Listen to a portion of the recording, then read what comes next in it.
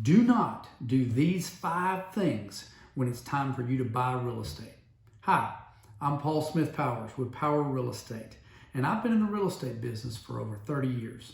I'm an accredited land consultant, and I've closed several thousand transactions. There are 5 things that I do not do before I buy real estate, and this is the first one. Make sure the property you're buying is not landlocked. Make sure that you have proper ingress and egress access to a county-maintained road. I've heard of lots of bad stories from people who bought land behind someone else, didn't have a legal access, and sometimes the bank wouldn't either refinance the property or finance it to a new person when it was time to sell. Getting access and easements for utilities is crucially important also. So make sure you have good access to a county-maintained road and you have good access to utilities and easements that are on the public right-of-way. Now, the second thing that I tell everyone, do not be an impulsive buyer when it comes to property. There's a lot of things to check out when it comes to real estate. You have to worry about things like fence encroachments, wetlands delineations if you're on a creek or a stream. There are topography issues on some properties that you have to overcome on building sites. You have to sometimes check the suitability for a septic tank on a piece of property to make sure it will pass a percolation test, or to make sure you have access to a good sewer system. Don't be in a huge rush. Take your time. Let professionals do the due diligence on a piece of property before you buy your land. Now, the third thing I would tell you to do is please don't trespass on your neighbor's property when you're looking at land.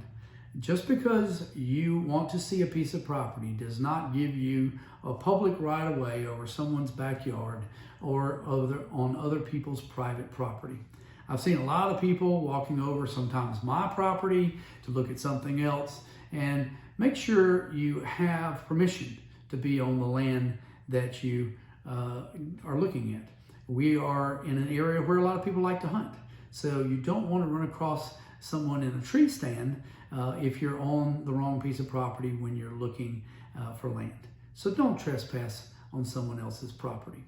Now, number 4 things that I do not buy property unless I know the utility access situation and I know what suitability I have for high-speed internet, for either public water or good well location, or access to public sewer.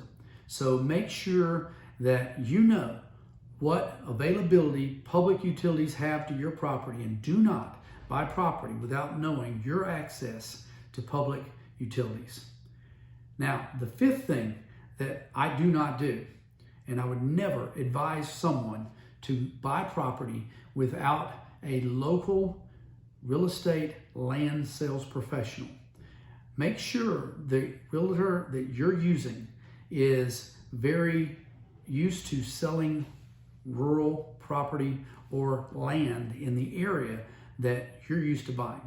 You don't want an out-of-area realtor, and you don't want a realtor that has only listed houses before and not familiar with particular nomenclature that is specific to real estate sales. We have an app that we use that actually shows the location where we are on a parcel of land as it relates to the property line. There's several apps that are like that you can use to make sure you don't get off the property lines. I've had a lot of situations with other realtors that weren't as familiar with showing land, that thought they were selling this parcel, brought an offer, and turns out they were on the wrong piece of property. So make sure you're using a land sales specialist. We here at Power Real Estate are accredited land consultants, and we advise that you use someone with like capabilities. These are the 5 things you should not do when you go to buy real estate.